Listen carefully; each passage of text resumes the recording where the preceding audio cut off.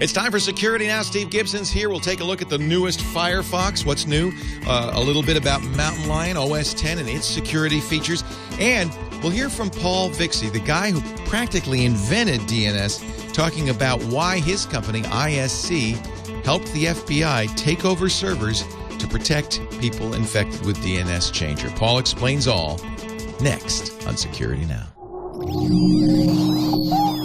Netcasts you love. From people you trust. This is TWiT. Audio bandwidth for Security Now is provided by the new Winamp for Android, featuring wireless sync and one-click iTunes import. Now with free daily music downloads and full-length CD listening parties. Download it for free at winamp.com/Android. Video bandwidth for Security Now is provided by CacheFly at CacheFly.com. This is Security Now with Steve Gibson, episode 361, recorded July 18th, 2012. DNS Changer. Security Now is brought to you by Ford, featuring the MyFord mobile smartphone app for electric vehicles. The MyFord mobile app makes the electric driving experience fun and efficient. Learn more about Ford electric vehicle technologies at ford.com/technology. And by Audible.com. To download a free audiobook of your choice, visit audiblepodcast.com/securitynow. It's time for Security Now, the show that protects you, your loved ones, and all you know, all about you. For privacy and security online, and nobody better than the explainer-in-chief himself, Mr. Steve Gibson. Hello, Steve. Hey, Leo. Great to be with you again, as always. I was just showing Steve some fine Cabernet sent to me by a viewer. I'll save it for you because I know you're a Cab fan. That's my poison. Yep. Preferred poison. So today I'm really interested because, you know, I have been and I remain so, and I'm willing to have my mind changed. Somebody tweeted me because we were talking about another topic. I think it was Windows or Microsoft's strategy, and I changed my mind on the air because Andy Anako convinced me that Microsoft's strategy was actually good for consumers, and I said, Wait, there is a strategy? Well, that was my problem. But you know, I thought this is a badly run company. They're telling people ahead of time that here's a new version of the phone system, Windows Phone 8. It is going to be available sometime in the future, and any phone you buy today will not be upgradable. That to me was like Osborne, the Osborning of Microsoft, saying, "Don't buy it. Whatever you do, don't buy the current product because the new, better one's coming, and you can't upgrade." And he kind of convinced me that yes, but it isn't this honest. Telling consumers, this is, you know, Apple would never do that, but really, isn't it more honest to say, look, we got something better coming along. It's bad for business. And so I changed my mind, and somebody tweeted me saying, you're such a flip-flopper. And I really wanted to kind of say, no, it's appropriate to change your mind when presented with new information. And if there's Absolutely. So I am prepared, all of this a long way around saying, I'm prepared to change my mind on my position, but I'll restate it, that the FBI mishandled DNS Changer, that they should not have kept that DNS server running silently along until last week, that they did us all a disservice. But I guess we're going to talk about that today. Well, yeah. What I liked was that I ran across a really nice sort of retrospective, here's what happened by the god of DNS. And I'll set this up after we get caught up with the week's news by explaining a little bit more about who Paul Vixie is, because, I mean, he is DNS for all intents and purposes. He wrote Bind, which is the original DNS. Yeah, I think it's like from version 4 point something to 8 point something. So like 4.2 through 8.2. He was the chief officer, and what I liked about what he wrote was there were a number of useful insights that I thought would, first of all, this gives us some really great background. This was all sort of brought to the fore because I was surprised by the amount of popular press that this is weekend before last, the weekend before the Monday that these alternative servers, the DNS servers that had been sort of switched over to and commandeered and well, you know, we'll explain all this, but I was surprised how much of the popular press got involved warning people that malware was going to strike on Monday. And it's like, okay, wait a minute. It already struck. way the wrong message. Yeah. And so it's like, okay. And so anyway, so I saw what Paul wrote and I thought, okay, there's so many really interesting points he makes that it's perfect discussion for us. So that's our podcast for today. I think people are going to find it really interesting and a bunch of interesting news. And I'm prepared, if need be, to modify my opinion. I can't think of a single thing that would make me, but and this may not. It isn't my goal to do so. Right. But I listen. But Paul Vixie says something, I listen. Right? Yeah. Yeah. I would. If you say something, I listen. If Vixie, there's certain people you just know they know their stuff.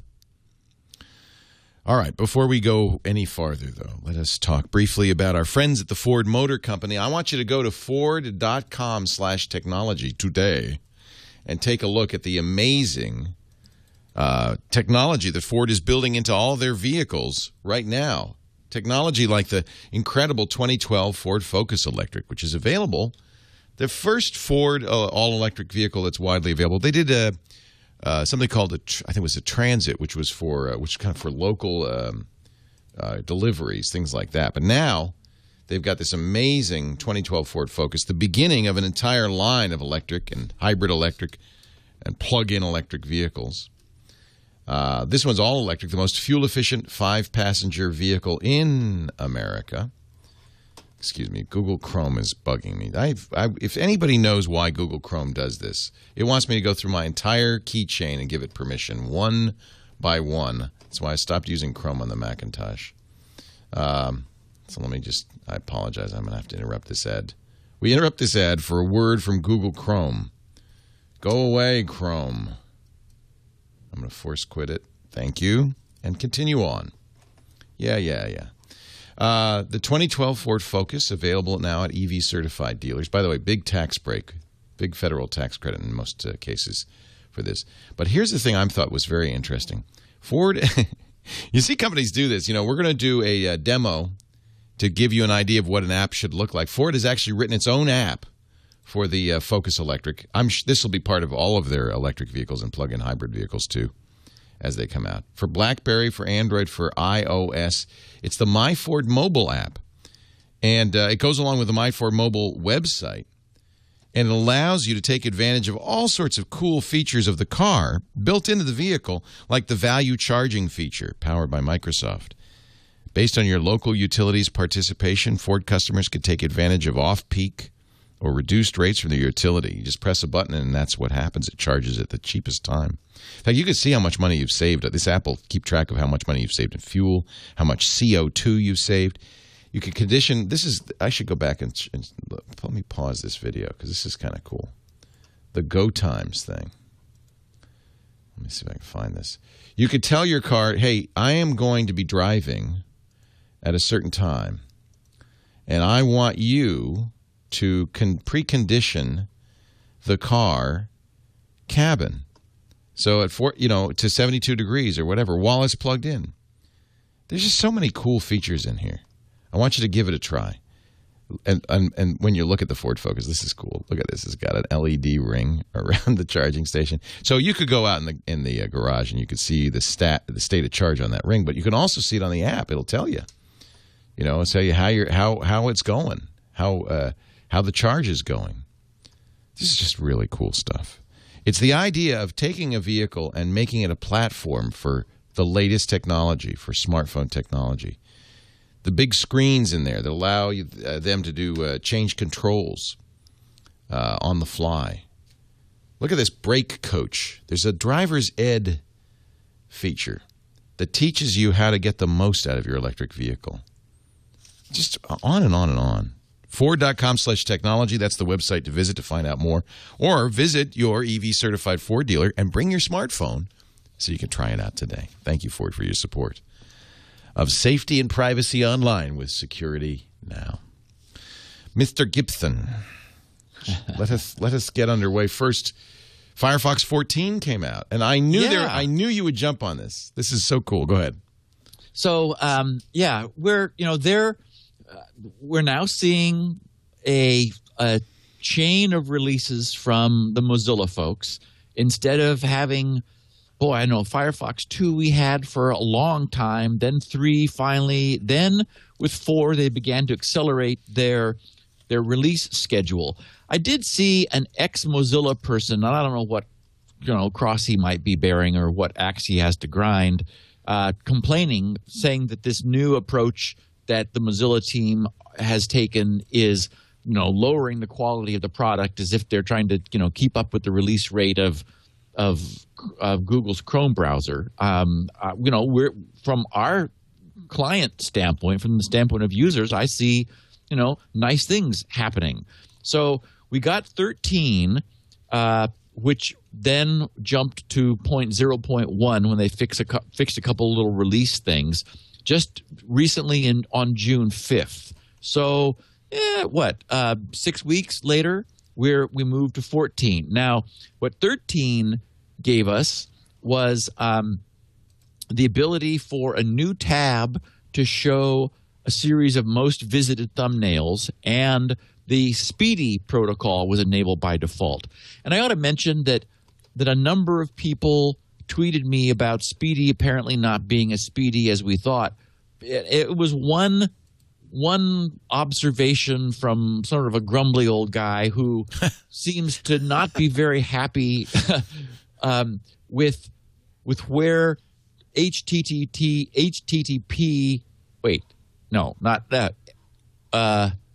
HTTP 2.0 is headed.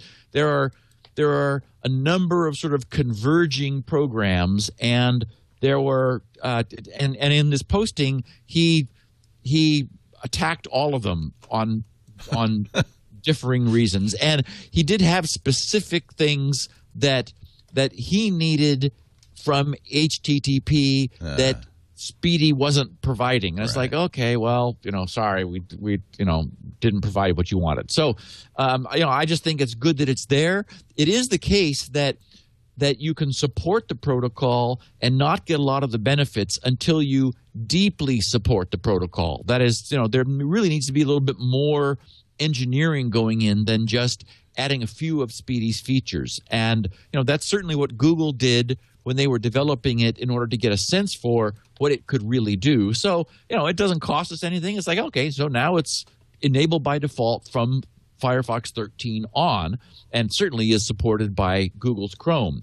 So now we're at 14 as of, I think, Monday. It was released. It was in the beta chain for a while.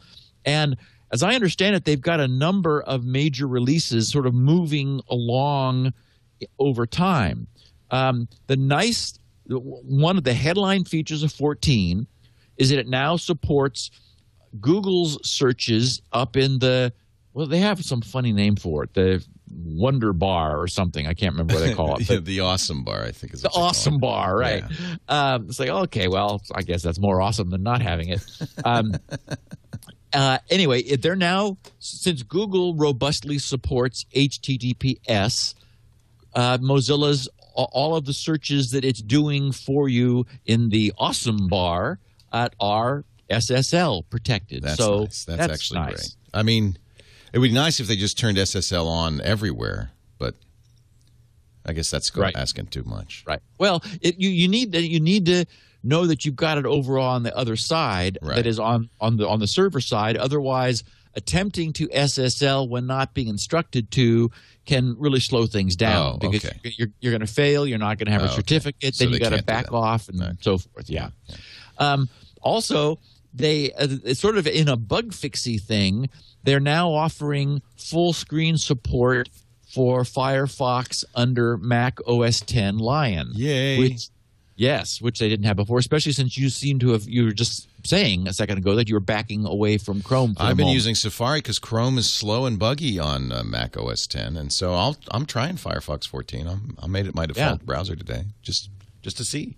And then something that we have touched on since it's been in the works for a number of their major versions is it's known sometimes as click to play and other times as opt-in activation for plugins. That's sort of the formal name in their developer docs.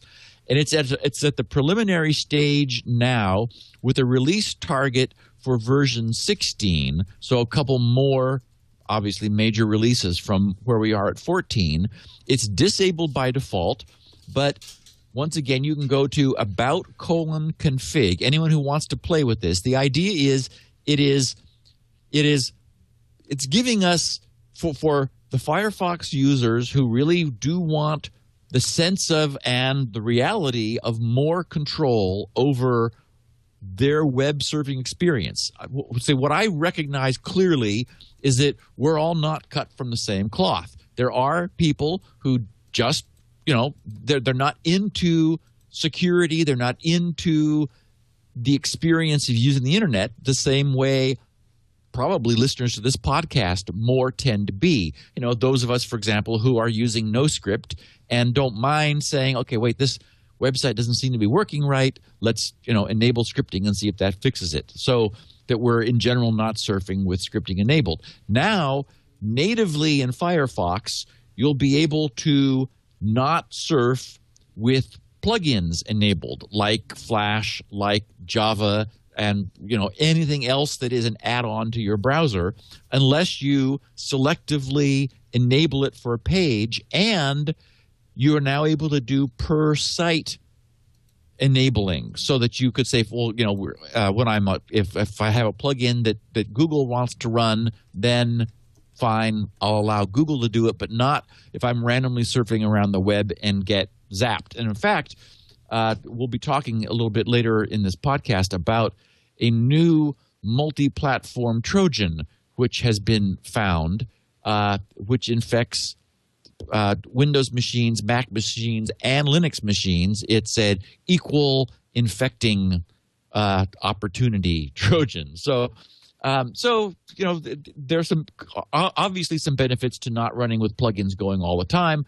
This is built into 14 disabled. So you go about:config, and then since that page is ridiculously full of settings, you want to search, just put the phrase plugins into the search term. Even so, you get a huge list of things. Look about 2/3 of the way down, and the item you're looking for is plugins.click to play. It'll be set to false normally. You can just double click it to turn it to enabled, and restart Firefox and experiment with this new feature. So anyway, I'm delighted that they're moving forward. I'm a little upset with Chrome at the moment because it really seems to be suffering from what Firefox was suffering from for quite a while, and that is it's become quite memory intensive. Bloat is the word I'm trying to work around saying. If I launch it, it squats on about 333 megs of RAM, just firing it up. I love their security model, that they have a separate process model and they're communicating cross-process, that each tab is in its own process. There's a lot architecturally that I think they've done well. I hope at some point they will, as the Mozilla folks did, realize, while we've been busy adding things, this thing has gotten really big. We need to now step back and get this under control, because I have Task Manager running in Windows, and I launch Chrome, and as I said, about 1/3 of a gig of memory is just gone, taken by it, and that's without any expensive pages loaded. So Chrome, at some point, I hope they are going to get that under control. Speaking of which, they have just taken themselves, that is Chrome, to version 20, and it's 20.0.1132.57 and counting. They fixed 3 critical vulnerabilities. 2 were use after free errors, where memory is released, but there's still a pointer to it which a clever hacker can use in order to exploit that fact, that dangling pointer, essentially, in order to execute code of their choosing.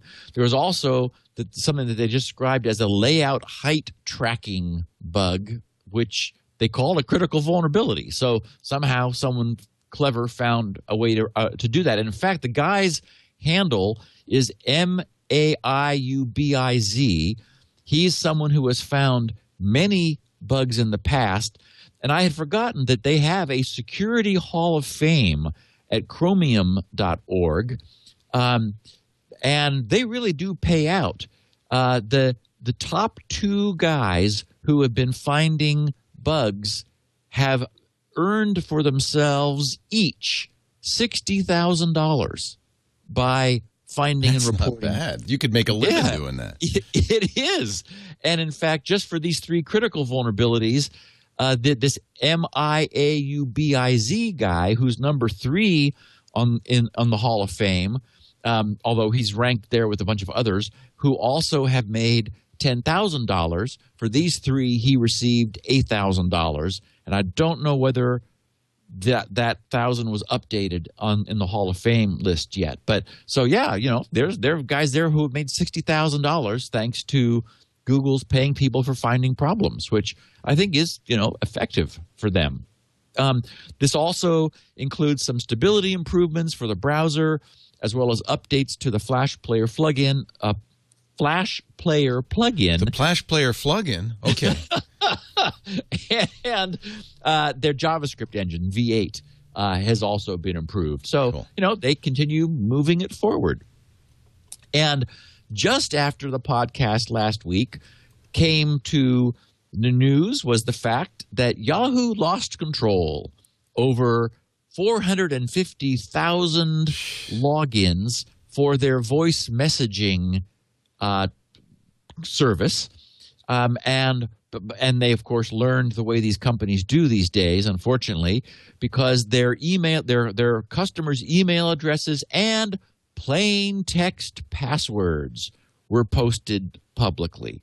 So this tells us not only was their security not up to par, because it was an SQL injection was able to go in and query an SQL backend database that was available. So not only was that a problem, but what was stored in that database was plain text passwords, no hashing being done. So, I mean, it was and the way people began to see this also, and we see this also, was that people began to get their accounts hacked. So the hackers stated that they posted the data to highlight the need for improved security. It's like, okay, well, good. And Yahoo's response was, we are moved aggressively to fix the problem, which I guess is better than being unaggressive about fixing it. So, and in the news, I guess in the last day or two, Leo. Yesterday. Marissa Mayer. Yahoo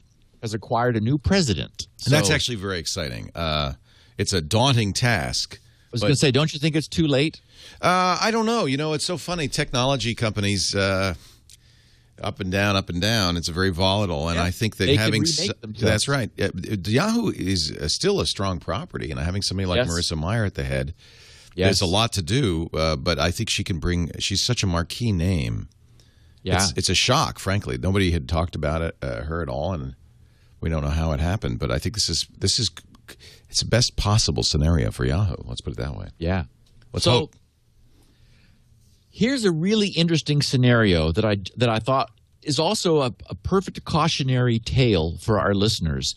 And Mark Rusanovich's second book is not out yet. I've read it, and it's going to be coming out in September, he said. He has agreed to appear on the podcast. So we're going to get Mark R. on to talk about the book and the things that it talks about, because I can't think of a better fun, fictional, but boy, is it fact-based read. It reads like a novelization of many of the things we talk about on the podcast. So here is a true story that's reminded me of Mark's book. And this was HOnline.com reported this, that a number of infected USB drives were recently left in the car park of a Dutch chemical firm, DSM, and they're DSM.com, in a failed corporate espionage attempt. According to a recent report from a Dutch newspaper, and I went there, but it was in Dutch, so I didn't make very much progress there because I don't speak Dutch. But it's Dagblad de Limburger is the newspaper's name, said the drives were planted by an unknown party in the hopes that one or more of the company's employees would find them, pick them up, wonder what's on them, and insert them into their office computer. But this was foiled because instead of plugging it in one of the company's systems, the employee who found one of the USB sticks turned it over to that company, DSM Chemicals IT department. Upon examination, the IT department discovered that the drives contained malware that was set to automatically run upon being inserted into a computer. The malware is said to have been a keylogger designed to capture usernames and passwords and access that company's internal network to send them to an external site. And upon finding this, the company blocked all access to the IP addresses which the malware attempted to contact because they say it was a clumsy attempt to steal data, and no damage was done. And of course, this would blocking the IP addresses that the malware was attempting to connect to would prevent it from succeeding if there were other, and apparently several other USB drives were found. They went out and looked in through the parking lot and found some other ones that were identical. So they were hoping that one employee would just pick them up, find one and think, I wonder if there's anything tasty on these. And in the process, get this thing installed inside the corporate network. And of course, we know that this is the way that Stuxnet was propagated, because the internal network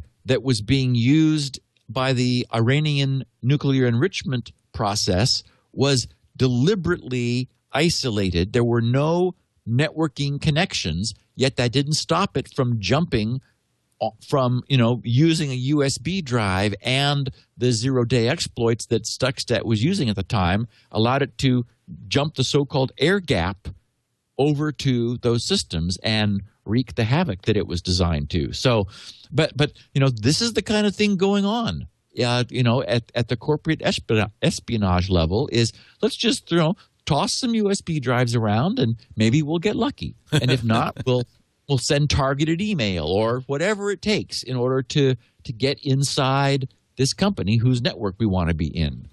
Spear phishing. Wow. Yeah. And I just picked up on this. I thought maybe you would have some more news about it, Leo, and that is that Mac OS X Mountain Lion, the Golden Master, was just released to developers. It's apparently, the rumors are it's scheduled for release on July 25th, so pretty soon. And I was looking at it from a security angle. Was there any, security news that I could bring to our listeners?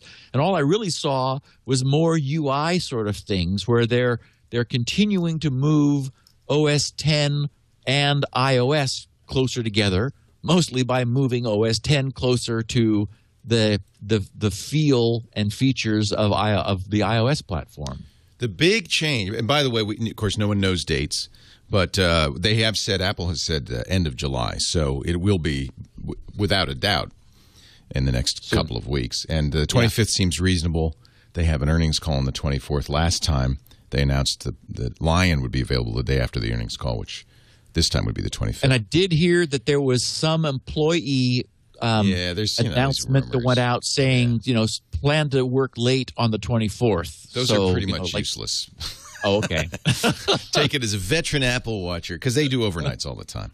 But there is a thing, and I would love for you at some point to look at it. There is a security feature that is significant in Mountain Lion. It's called Gatekeeper.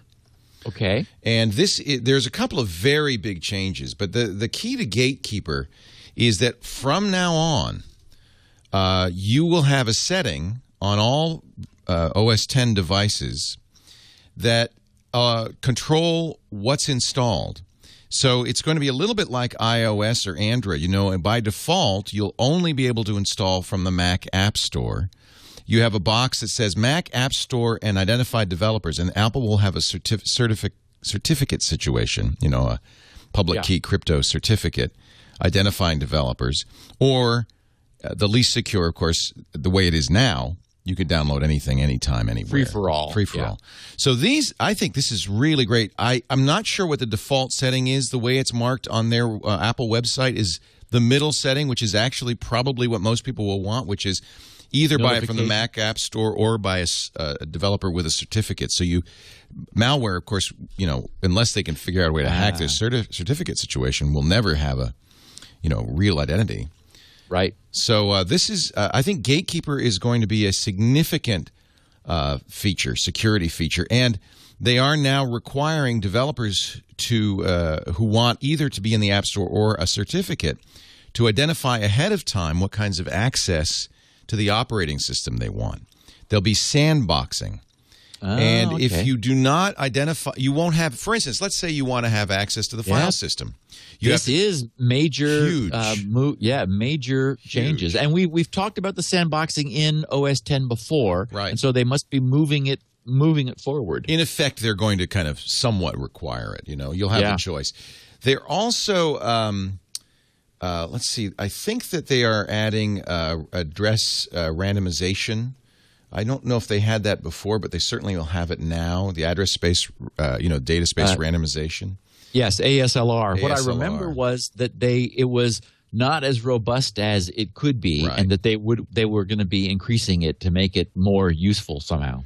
My suspicion is that this will be the beginning of that, and then they are adding to the privacy controls. So, as you know, the Do Not Track setting will be added to Safari.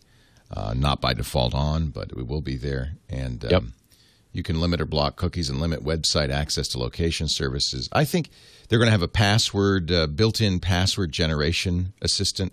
They've always had that, but it's been hidden in the keychain. Now it'll be much more public. I think it's like $20, right, to upgrade? It's $20. Almost everybody will do it. That's the way it is in the Apple world. People tend to do upgrades more so than in the Windows world. And it's an App Store update, so you just go to the App Store, you download it, and it installs. Nice. So I think this is a major move towards security. There's underlying stuff that Apple doesn't talk about, anti-malware stuff that Apple doesn't talk about much in OS X, and I suspect that will also be beefed up. So yes, I think there are actually some significant security implications to the new one. So F-Secure, the well-known security company that we refer to every so often when they come up with something interesting, discovered a cross-platform Java Trojan. It's the first one that we know of which runs on all three major platforms. There have been some Mac and Win cross-platform malware. This one now brings Unix and Linux into the fold. And they show in their posting the source code for or the Java code for this, where it uses the system objects get property and gets the os.name, changes it to lowercase, and then it checks to see if that contains the string WIN. If so, it customizes some code and installs the Windows-specific malware. If not, it checks that string to see if it contains the substring MAC. If so, it installs the Macintosh variant of the malware. Wow, that's pretty sophisticated. Otherwise, it checks to see whether that OS name either contains an NIX or an NUX. Wow. And if it's either of those, it installs the Linux Unix malware. So they called it Trojan Downloader Java/getshell.a for the Java component. And then either W32, OS X, or Linux, get shell.a for the 3 different versions. And interestingly, the OS X or the OS 10 is a PowerPC binary. They couldn't be bothered to update it, for crying out loud. That's ancient history. So you have to have Rosetta installed on an Intel platform. And Rosetta does not come with Macs anymore. So either they're intentionally targeting old systems, That's freaky. Or they don't know what they don't, maybe they just don't know how to update the code. Yeah, odd. That's weird. Very odd. And when you get infected by this multi-headed Hydra, it connects to a command and control server and awaits further instructions. And that's, typically downloading and executing additional malware. They have been monitoring the command and control server with their own honeypot install, and so far, no instructions have been forthcoming. But, maybe the bad guys are waiting to acquire a critical mass before they start using it. And then we also had a Dropbox spam and outage event in the last couple days.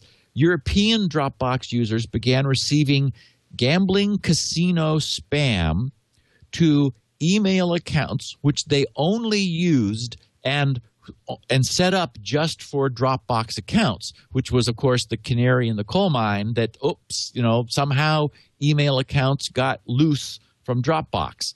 And the last posting I saw from Dropbox was at 3:37 p.m. Pacific time yesterday, where they said, and I should mention that there was also an outage, about 30 minutes, where Dropbox stopped working. And we don't know if it was Dropbox taking themselves offline in order to fix the source of the security problem, or I also heard reports that it was some sort of a denial of service attack against Dropbox.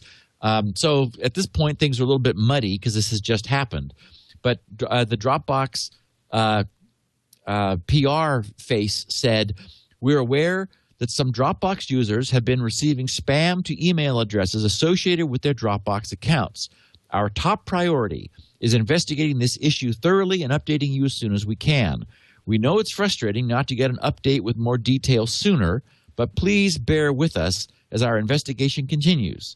And I want to thank Brian Krebs, who was my source for this information. He was on top of it and tracking it down. And while I'm thanking people, I want to thank Daniel, who's in Bedfordshire, England.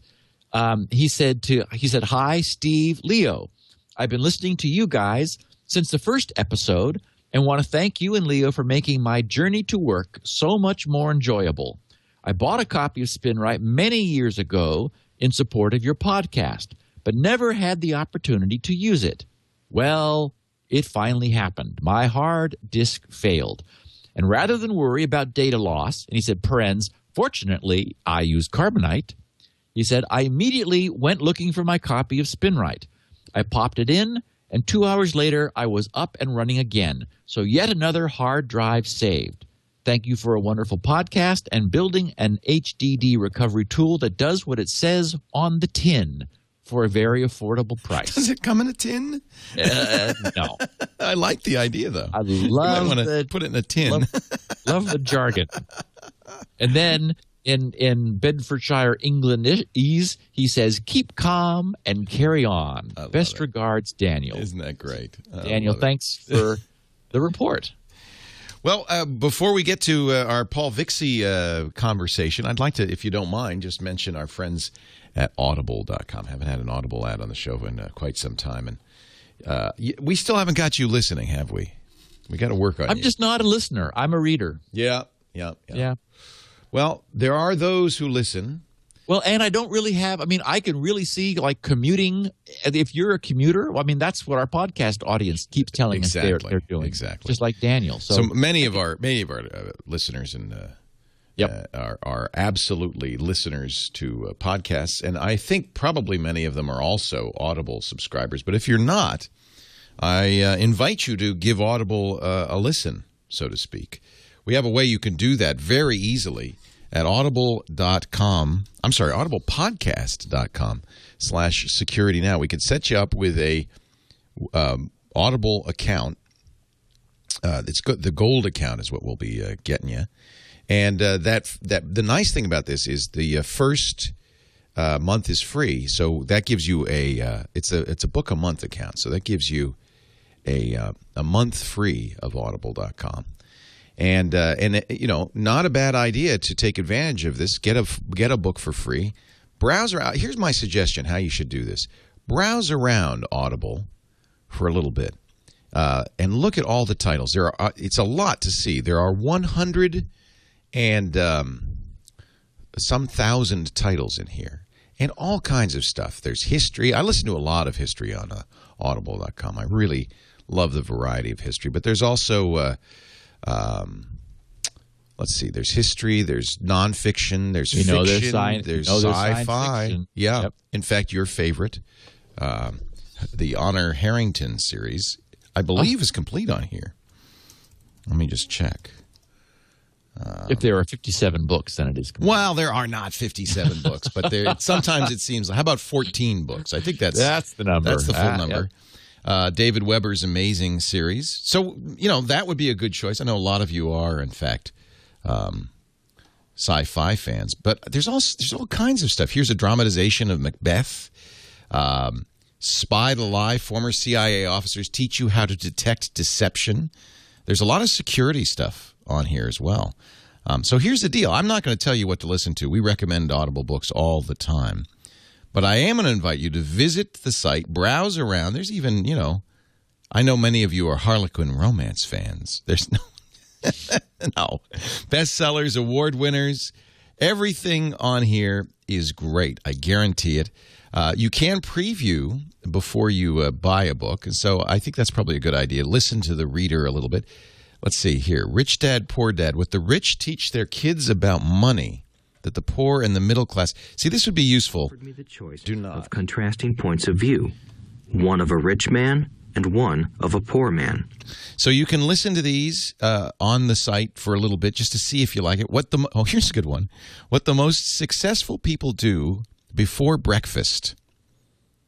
A short guide to making over your mornings. What an interesting idea. My family who, quite reasonably, expected the hours after school and work to be family time. So any kind of the Barefoot Executive, how about that? The ultimate guide. Let me go back. That looked kind of fun. The Barefoot Executive, the ultimate guide. Oh, where'd it go? I lost it. To something. Here it is. To being your own boss and achieving financial freedom. Sci-fi, fiction, nonfiction, history, technology. There's a ton of science and technology. I listen to a lot of science books on here. The thing about reading or listening to Audible books is, here's Ray Kurzweil's newest, The Singularity is Near. Oh, this is great stuff. This is science fiction couched in fiction and nonfiction. So here's the deal. Go to audiblepodcast.com/securitynow. audiblepodcast.com/securitynow. And sign up for the gold account. Is Daniel Suarez's new one on here? Is Kill Decision out yet? Not yet, but any minute now that's going to be out. If you want to get started, Demon and Freedom would be a great place to start. audiblepodcast.com/securitynow. Sign up for the gold account. That's a book a month. First month's free. That means your first credit is free, but it's yours to cancel at any time, so you can keep that book forever if you don't want to pay anything, but I think you're going to want to stick around. Great stuff. Richard Dawkins has a new one. Love his stuff. The Magic of Reality. How we know what's really true. Wow, that sounds interesting. We're going to call something real if we can detect it directly with one of our five senses. What about a distant galaxy too far away to be... I'm adding that to my wish list. That is awesome. I love his stuff. audiblepodcast.com/securitynow. Give it a try. We know you'll love it. All right, back we go to the task at hand, Mr. Steve Gibson. I did realize, I was thinking about commuting, and it is now the case that the standard image you see of any sort of gym club environment is everybody with things in their ears as they're on their treadmill or they're doing their machines. We don't know if they're listening to music, but could also be Audible podcasts. I really like listening to books because you don't have enough time in the world to read, frankly. Yeah. And so that hour a day that I work out, that's an hour a day of extra reading. I think that's really, really nice. Okay, so all right. Who is Paul Vixie? I pulled together some sort of interesting and fun bio stuff because I wanted to give our listeners a sense for who this was who wrote what I will then read. So he's got his PhD. I put PhD in DNS. But that's true. He is Dr. Paul Vixie. He's the chairman. He's currently the chairman and founder of Internet Systems Consortium, ISC, who internet savvy people know is the publisher and maintainer of Bind. And by the way, the people who ran the FBI server for them. Yes, exactly. And I said, I as I was researching this, I said I note that Paul was also previously president of ISC, in addition to chairman and founder, because I found this dated January 15th of 2011. He says, in quotes, "I am relieved." And then he said, "That lovely double entendre is what Captain Pike said to Captain Kirk." That's right. That is nerdy. At the end of last summer's most excellent reboot of the Star Trek series. I am likewise, and you remember what, like Pike was in his wheelchair at that time, and he said, "I am relieved." He said, "I am likewise relieved to have been relieved of my longtime post as president of ISC by my good friend and long associate Barry Green. I continue at ISC as chairman and chief scientist, which is the equivalent, to me, of escaping to the candy factory. When ISC was smaller, this was the half of my job I loved most." So this is Paul's way of saying, I love the technology, but I was president for a while, and boy, am I glad that I get to hand that off now so I can just get to, play with the technology again. So he was the principal author, as I mentioned before, of Bind from versions. He took it up at version 4.9 and carried it through 8.2. And I'm sure most of our listeners know that it is the leading DNS server software in use today. There are other server companies. For example, OpenDNS famously uses their own.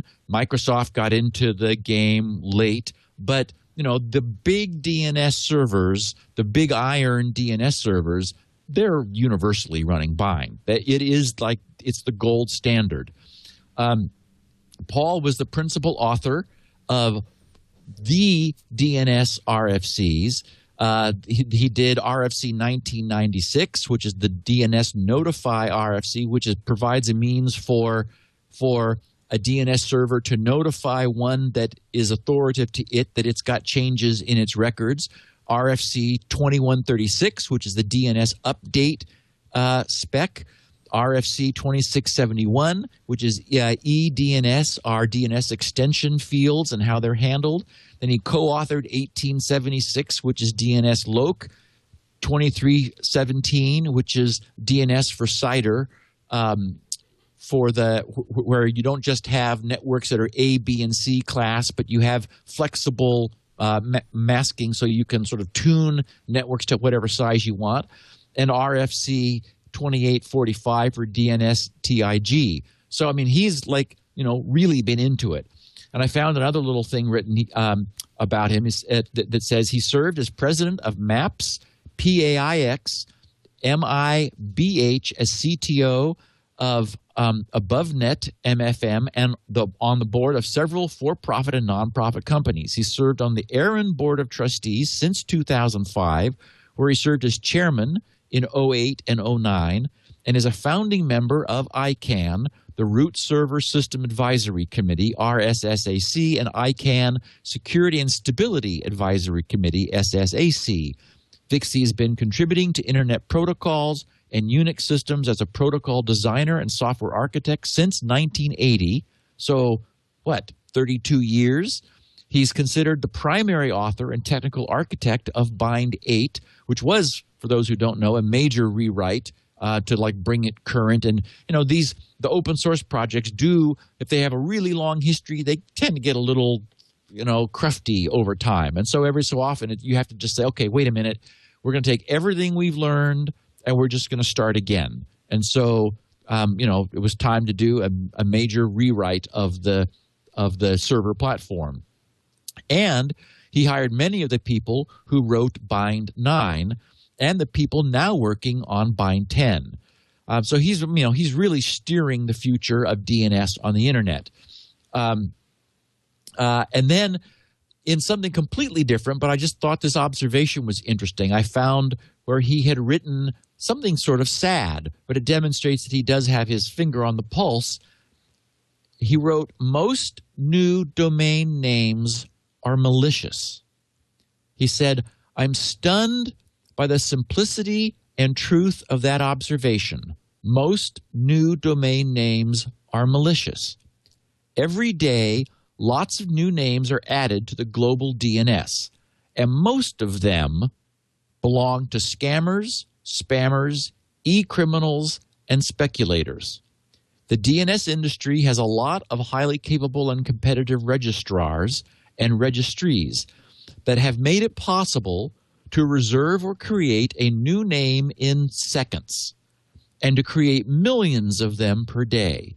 Domains are cheap, domains are plentiful, and as a result, most of them are dreck or worse," which is sort of a sad statement. But, unfortunately, this is what happens as something like this evolves and matures.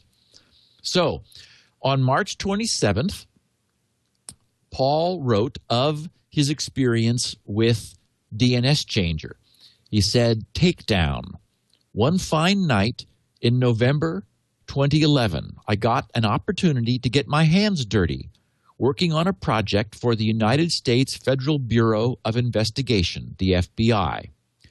They were planning to seize a bunch of computing assets in New York City that were being used as part of a criminal empire that we called DNS Changer, since that was the name of the software this gang used to infect 500,000 or so computers. I work for Internet Systems Consortium, ISC, a small nonprofit company headquartered in California. ISC is best known for our work on the domain name system, DNS, and our DNS software called Bind. But we have a growing Internet security practice as well. My task that night in New York City was to install 2 replacement DNS servers supplied and operated by ISC. This was important because the victims of DNS Changer were dependent on the assets that the FBI needed for evidence, and none of us wanted 500,000 DNS Changer victims to go dark. It was a little odd for ISC to send me, ISC's chairman and founder, on this job, but rank hath its privileges. It was a very long night, since there was no way to complete a detailed plan before the takedown began. After the DNS Changer gang was in custody and I could go intrusive on their equipment, it took me a couple of hours to figure out exactly how everything was wired together. And of course, I should say that by that he means, he's just seeing some stuff running, but obviously he knows everything there is to know about the subject matter. But it's always the case when you're approaching something like this. It's like, okay, how in down at the lowest level of detail have they done this? What ports are they using? What relocators, what routers, what proxies? He'd need to really understand it. So he says, it took me a couple of hours to figure out exactly how everything was wired together and to move the first group of victims over to ISC's replacement DNS servers.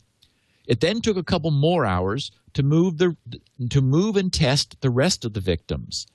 All this long night, I had a cell phone headset in one ear and a half dozen chat windows open on my laptop. The full takedown team was worldwide, and there were other actions occurring elsewhere. By the time we were done and it was safe to power off the DNS Changer equipment, it was 7 a.m., and I nearly missed my train. Note to self, if another chance comes along to run, huffing and puffing, through the New York City subway system and Penn Station, trying to keep up with a younger and better conditioned member of FBI's New York division, take it. But maybe next time, bring better shoes. So about cleanup, he says, since the original court order that authorized ISC to install and operate these replacement DNS servers was due to expire on March 12th, 2012, a new DNS Changer working group, DCWG, was formed to handle victim notification and remediation.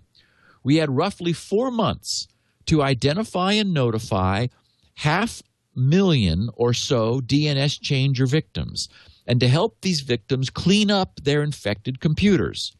Many victims would have to reinstall Windows on their computers, which at first was the only sure cure for this particular infection. On top of that, many of the victims have had their DSL or cable modems, their home routers, reconfigured by the DNS Changer malware. So that's one point we want to talk about is, as we know, that this stuff was able to access their routers and change the settings there, so that they were using ISC's replacement DNS servers even if none of their computers are still infected and even if none of their computers were running Windows.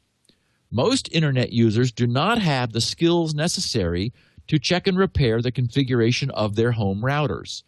And most Windows users are also unwilling to reinstall Windows. So, even when we could identify and notify a victim, we had a hard time closing the deal. We didn't make it. When March 9, 2012 loomed, we still had hundreds of thousands of victims dependent upon ISC's replacement DNS servers. Therefore, the FBI asked the judge for an extension, and we were given 4 more months. No fooling around this time. There won't be another extension. It's now or never. Put up or shut up, etc. Noting that no private company or individual can legally operate this replacement DNS service on the open internet unless they have a judge's permission to do so, many ISPs are now starting up replacement DNS servers inside their own networks, accessible only by their own customers, in order to control the risks that they would otherwise face on July 9th, 2012, when the second and final court order is due to expire. But that kind of risk management isn't the same as cleaning up the problem. I don't think we want to kick this can down the road. If an ISP wants to run a replacement DNS server for the purpose of forcibly breaking these computers in small batches to get their owners to call in and then ask for help, that's one thing. But it's just going to be a new permanent service that the ISP offers these customers. Oh, no, I'm sorry. He says, but if it's just going to be a new permanent service that the ISP offers to these customers, count me as opposed. We, as a digital society, and here's one of the things that I really loved about what he wrote. We, as a digital society, are much better at strategies for coping than we are at strategies for remediation, which is to say, for fixing. Is your DNS okay? A half dozen internet security teams around the world have created special websites that will display a warning message to potential victims of the DNS Changer infection. For example, if you visit http://dns-ok.de, you'll get a German language page saying either that you appear to be infected or that you appear not to be infected. Andrew Fried, maybe it's Fried, and I created DNS-OK.us. Sorry, DNS-OK.us, which I mentioned to our listeners a week or two ago for the same purpose, he says. Though, of course, our page is in American English. The full list of these DNS checking websites is published on the DCWG's website, along with a lot of information about the threat and arrests, the takedown, the court orders, and cleanup information for victims. Now that we've got all these websites that are able to tell someone if they're a victim and tell victims what to do to clean up their computers and their home routers, the problem seems to be getting people to care, meaning people still aren't caring.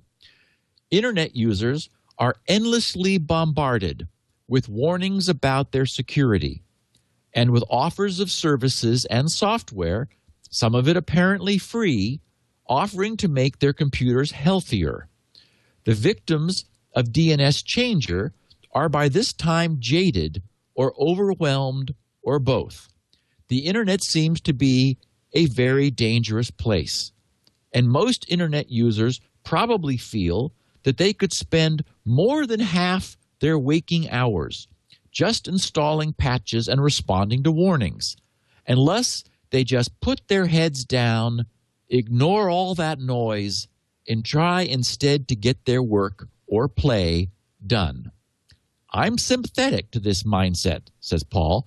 The problem is the internet really is that dangerous, and people really do need to pay more attention to the dangers of unpatched or infected computers. Given that most people can't take the time to care enough about these dangers, their infected computers become a threat to everybody else, thus completing the cycle of dangerousness begetting more dangerousness. All those within the sound of my voice, please check out the DCWG website and find out if your DNS is okay. Ask your customers, your friends, and your family to do likewise, or use this as an excuse to go visit the people in your life less technical than yourself and show them how to check their DNS. And so wrapping up under, he says, July 9 and beyond. On July 9, 2012, the replacement DNS servers operated by ISC will be shut down. Remember, he was writing this on March 27th. So they will be shut down, and any victims who still depend upon these servers will face new risks. Notice, I'm not saying that they will go dark, since that's not entirely clear. Some of them will go dark. Some of them will face long delays on every web page they visit. Some might not show any symptoms at all. The long-term risk I foresee is that some new criminal empire, or more than one, will offer services to again replace ISCs, and they will easily recapture a large part of the DNS Changer victim population. There are ways to do this that don't leave tracks. So not every criminal who does this will be automatically and immediately detected, arrested, and charged. I would like to see these computers cleaned up so they don't pose a lasting but latent threat to the rest of us. Speaking of lasting, latent threats to the rest of us. Speaking of lasting latent threats to the rest of us, I was part of the Conficker cabal recently immortalized by Mark Bowden's book Worm. We still don't know the identities of any of the criminals who foisted Conficker on an unready world back in 2008. But we do know that the victim population has not dropped below 6 million. So we still collect the sinkhole data about these victims. We still report on it to network operators, and every year we buy another rack of disk drives to hold the next year or so worth of data. We're out of ideas for how to get people to care that their computers are infected with Conficker.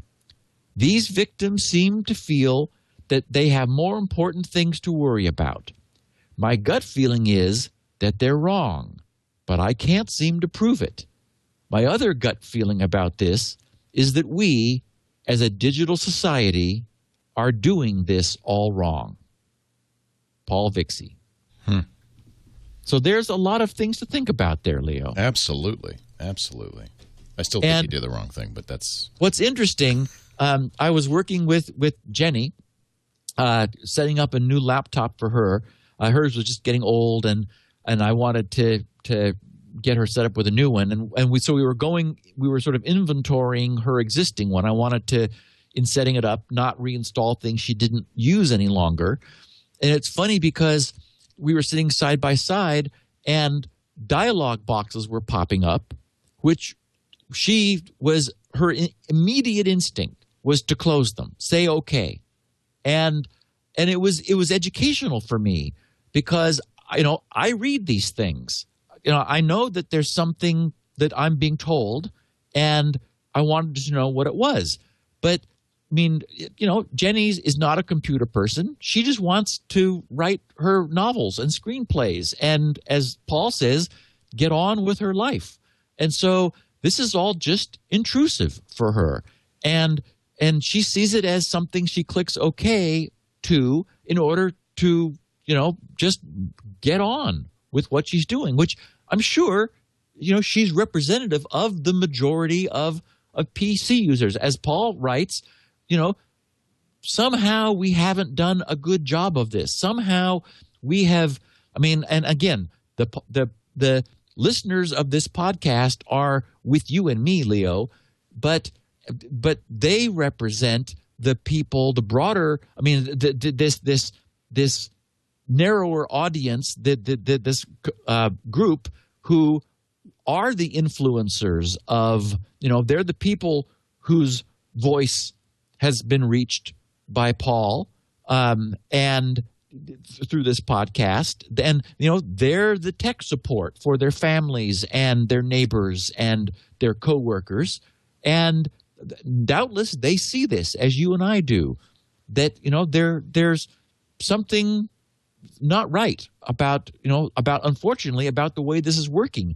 And I thought these numbers were very sobering, that despite months of DNS being misconfigured, they were never able to get the last third of these systems fixed, no matter how hard they tried. And here's 6 million machines infected with Conficker, and anybody who puts a packet sniffer out on the net is getting pinged by Code Red and NIMDA.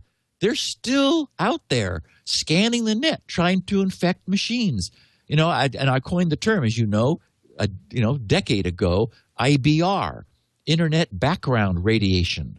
That's what this stuff is. It's become part of the ecosystem on the internet, and it is sad that we've sort of abused the users who just want to get their work done. I detect a little hint of a kind of common paternalism that you hear from old geeks, and a little bit of blaming the user. It's their fault, and I think really he should take more blame for setting up a system that doesn't work, and should be putting more effort into fixing it than blaming the user, to be honest. That's what, and there's a lot of old time geeks who say, well, if we could just get people to. He says something, the most important paragraph to me in here is he says, if an ISP wants to run a replacement DNS server for the purpose of forcibly breaking these computers in small batches to get their owners to call in and ask for help, that's fine. But if it's just going to be a new permanent service that the ISP offers to these customers, count me as opposed. But that's exactly what he did for 7 months. I no longer blame the FBI. I think it was a little misguided on Paul's part. But we could debate that. What I think the point that he makes that's interesting that I hadn't really thought about is, had they just pulled down those servers, there's the risk, and there's the risk now, that some malicious entity would just recreate a server at that address. Yes, recapture, exactly. Yeah. And it was the other thing he made clear that it wasn't obvious to me is that only by permission of a court could they operate servers at those addresses. Right. And this point about the ISP is that an ISP can control their network. The ISP's network is not the public internet. They can see outbound traffic to that DNS server. Exactly. Yeah. So they could set up some filtering on their routers to route those malicious DNS IP queries to their own DNS servers and provide valid service to their customers. And then they also notice that the ISP does know who those people are because they're getting every DNS query comes from an IP that the ISP controls. And so one by one, they can log them and send them, email. They have their email address, send them postal mail. I mean, they're probably charging them. So, put a big red pink slip, fix it or else in their bill. It's like, okay, call us, please call us. You've got to, your machine may still be infected. And in any event, it's still misconfigured. Nobody wants to do that because the amount of support that's required to fix it is so expensive that no ISP wants to assume that mantle. I could promise you. It's just look at Comcast. How many millions, tens of millions of users do they have? They're the biggest ISP in the country. They start doing that. They're responsible somehow for fixing millions of computers. Fortunately, it does creep me out though. I mean, just the idea that in every ISP would be a DNS server or some filters, like permanently. It's just a redirect. Routers. It's just a redirect. It's a router saying, "Hey, if they go to this address, send them here." Yeah, it's not a hard thing to do. The problem I have with doing that is the same problem Vixie has. You cannot keep these infected machines online. You have to do something. My opinion is the best thing to do would have been just break it right up front. So what if there's a howl of protest? Those people need to know immediately that they're infected so that they can take action. Because the idea would be that they would get a court order to a so-called black hole that IP. That is, they would not offer DNS services. Right. They would, but they would just acquire the IP and just have the machines go dead. Yeah. And then the users would say, "Oh crap, something's wrong." Something's wrong. And then they would, some of them would call their ISP. Most of them would bring it into the shop or call me on the radio show. And we'd tell them what to do. The problem is those people for 7 months have been running infected machines. And, as you know, the chances that they have more than one infection are high. Yeah. I wonder if there are some unappreciated consequences, unappreciated by you and me. Well, of doing that. See, we only think in terms of webs. Like, what if their household alarm system is internet-based, or their? But the damage was done when they were infected by DNS Changer. I think for Vixie, for ICS, or for the FBI to assume responsibility at that point. There's also, and I think this is really interesting, the notion that somebody might hijack that IP address. Yeah. Now, I wonder if you get the court order and you take the IP address and you black hole it, that kind of protects you, doesn't it? I mean, they do control DNS. So I don't know what the IP was or who actually owns the IP, but it must be that it was a foreign IP. Right. And so what they needed was they needed they needed a court order in order essentially to break that part of the internet, to say we're not going to allow people who are trying to get to that IP, that valid IP owned by somebody else. We're going to filter that. We're going to block that. Right. And keep people from getting there. So the judge said, okay, but you can't do that forever. How long do you need? And they said 6 months ought to do it. And it turns out, or 4 months, I guess it was initially. And it's like, oops, that wasn't enough time. So they went 8 months. The interesting thing is, and maybe this proves that their strategy worked, we didn't hear a lot of howls of my internet's down. We didn't hear any. None. So maybe that 7 months was, useful in getting people to fix it. Maybe the bad guys jumped in that quickly. Ooh, that's a scary thought. Yeah, I don't think that. Correct me if I'm wrong, but I mean, look, doesn't ICANN control the DNS servers? Can't they say, look, no one will ever have this IP address? No, it's that they're blocks of IPs, and so this is some block of IPs owned by somebody. I don't do a little more research. I was never. It's that kind of thing. And so it's like a valid. It's all over the internet. There are routers that are routing that block of IPs to somewhere, and so that's right. You can't block an IP unless you block it on all routers. Right, and so I mean, this was a major event in terms of intercepting a couple specific IPs and saying, nope, we're going to send them over, over here. No, I could see the puzzle and I could see the challenge, and I'm sure that people have thought a lot longer and harder than I have about this and decided this was the right thing to do. I'm wondering if the trick here, Leo, is that we're not appreciating the consequences. That like it's more than just people not being able to log into their Facebook games or something, that that taking DNS down for organizations would be like a big problem. Right. Mission critical sort of stuff. Right. On the other hand, you really don't want to be referencing evil DNS servers. That certainly has a set of consequences as well. Or continue to operate without knowing that you're operating an infected machine. Yeah. I think they had a responsibility to let people know that there was something wrong. Yeah. I'm hoping that DNS-OK.us still functions. No, it does not. That's unfortunate. I'm not sure why it does not. Wow. That seems odd.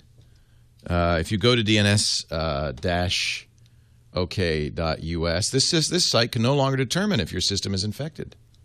Yeah. Okay. Well, now the reason is that the way it was working was, as we said when we were talking about Google, is that they know that their server picked up your query. And in this case, they're no longer running the servers. Yeah. So, somebody, Scott Michaud, is suggesting in the chat room, and this is certainly one of the things that I would have at least investigated. Maybe they decided this couldn't be done, is to serve up the internet in an iframe, and all around that frame say, warning, warning, warning, you have a virus. The problem is we have trained users to ignore that kind of thing. Yeah, and that requires content filtering too. So that's a step They didn't want further. to get in that deal, did they? Yeah, and you can't do that for SSL. It's impossible to intercept that. So there would be a lot of limitations for that approach. Anyone who's interested, dcwg.org is up. That's the URL that Paul references here as what to do from now on. And so there is a detect and fix and protect items there. And so dcwg.org. It's the DNS Changer Working Group is what that acronym is. Yes. Yeah. And more information there. And, there's an interesting word map. Shadow Server has pulled together a word map based on country to illustrate which countries. It just changed. It's running some flash. Yeah, but it's a tag cloud of which countries are most infected. It's kind of interesting. Yeah. However, and I think this is a symptom of.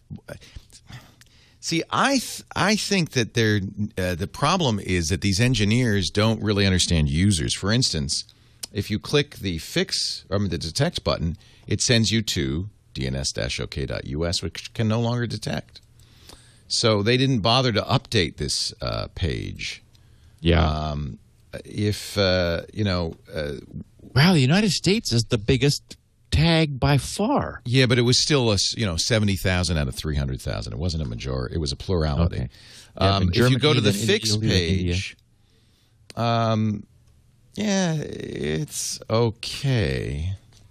Wow, it's not very friendly. Yeah, I think that these guys, we need – the sad thing is the engineers who understand this do not understand users, and the users don't understand the engineers. So there's a real impedance mismatch here. That's the real problem. I love that. That's a great term for it. So the tracks just don't meet in the middle.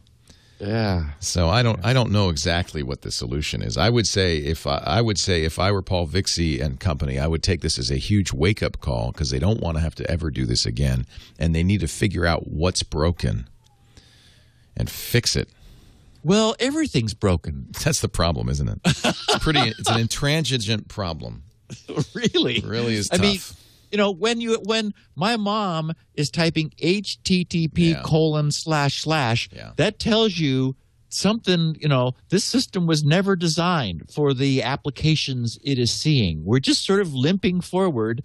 And as he says, we as a digital society are much better at strategies for coping than we are at strategies for remediation. And, and it's interesting. I ran, while I was also doing the research, I ran across some other comments about IPv6. And one of the problems it's had is it doesn't really do anything that anyone is really sure they need. I mean, it doesn't offer like tremendously better benefits. It's like, yeah, well, we should be moving to it. Like, okay, but no one's in a big hurry to do that because everything's fine with IPv4. Right. Whereas when something comes along like SSH, overnight it replaced all the insecure alternatives to that because everyone said, wow, this is much better. So, a protocol that really, I think this is in regard to Speedy. And it was the guy grumbling about, HTTP 2.0 and when are we going to get that and what's it going to do? And he used SSH as an example of a protocol that really did offer benefit, and wow, it got adopted. Right. And here, HTTP 1.1 seems to be good enough, and we're not sure where to go from there. Well, I think that's why it comes down to operating system manufacturers making locked down operating systems so malware has a harder time getting on them. These are all good incremental movements. Yes, and the HTTP or the SSL everywhere. Yep. Google switching to HTTPS. Routers that are locked down a little better. Yep, and options like no track that allow or do not track that allow users to just sort of express a preference, which is this. I mean, this is all new technology. These are, this is the way we'll get there, is a little bit at a time. And as things get old enough, we can finally let them go. I mean, that's always been Microsoft's strategy, is they keep the old stuff alive for a long time. And we just lost compatibility with 16-bit code. It's only and that's the problem, is this stuff is starting to get antiquated and it's falling apart, and it's going to get worse and worse. And you can't just pull the rug. And that's what I think really this ICS thing is saying is, look, you can't pull the rug out. You got to fix it before you pull the rug out. And so we wanted the 8 months to try to fix things. I think I may have mentioned that my buddy and yours, Mark Thompson, when he switched to Windows 7, he was stunned to see how much 16-bit code he was still using. Still running? Wow. Because he was just, I mean, it's one of the reasons I'm staying is I'm using Brief, which is a 16-bit. You're Brief kidding me.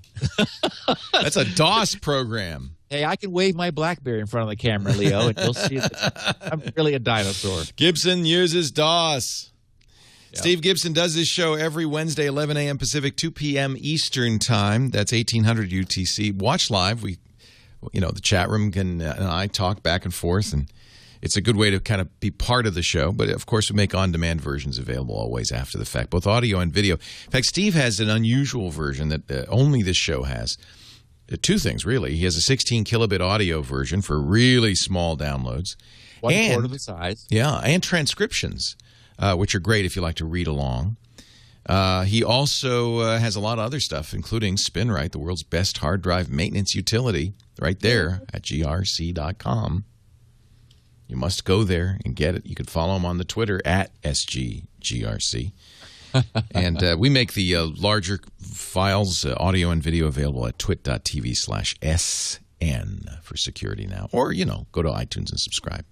Next week, episode 362 will be a Q&A. So grc.com/feedback. Send your thoughts, your questions, your comments, whatever you want. I will go through the mailbag and we'll select a bunch and discuss them next week. grc.com/feedback. Thanks, Steve.